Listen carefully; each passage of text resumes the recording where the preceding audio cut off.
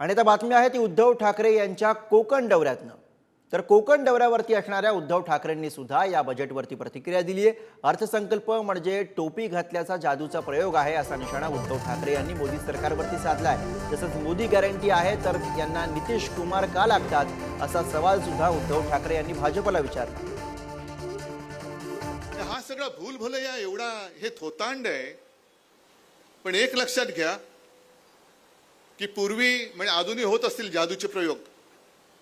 तुम्ही पाहिलेत जादूचे प्रयोग? अरे हो की नाही?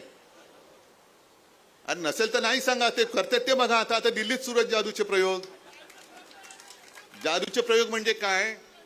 मी लहानपणी बघायचो, तो जादूगार यायचा, टोपी दाखवायचा, अशी रिकामी आहे ना टोपी, हो, मग काहीतरी त्याच्यावर फडकं टाकायचा, एक मंत्र म्हणायचा आब्राकाडाब्रा, हात घालायचा आणि कबूतर काढून सोडून द्यायचा।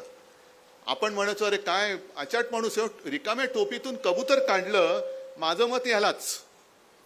पण त्यावेळेला हे लक्षात येत नाही की कबूतर उडून गेलं, टोपी आपल्याला घातली। ही टोपी घालण्याचा प्रकार आहे अर्थसंकल्प म्हणजे।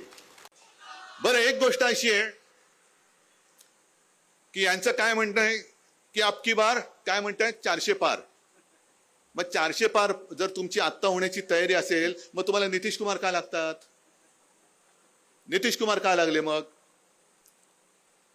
जो काही कारभार चाललेला आहे म्हणजे मोदी गॅरंटी, मोदी सांगतात की अमुक अमुक होगा, हे मोदी गॅरंटी आहे। म्हटलं बरोबर आहे, मोदी गॅरंटी आहेच, कारण इकडच्या वर्तमानपत्रात किती बातम्या आल्यात माहिती नाही, पण मी येताना मुंबईतली वर्तमानपत्र पाहिली, काही बातम्या कापून पण आणल्या। एकाच वृत्तपत्रात 2 बातम्या आहेत।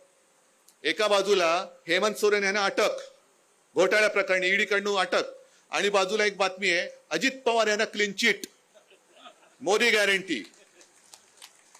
भ्रष्टाचार करा, भाजपात या, कुछ नहीं होगा, मोदी गॅरंटी आहे।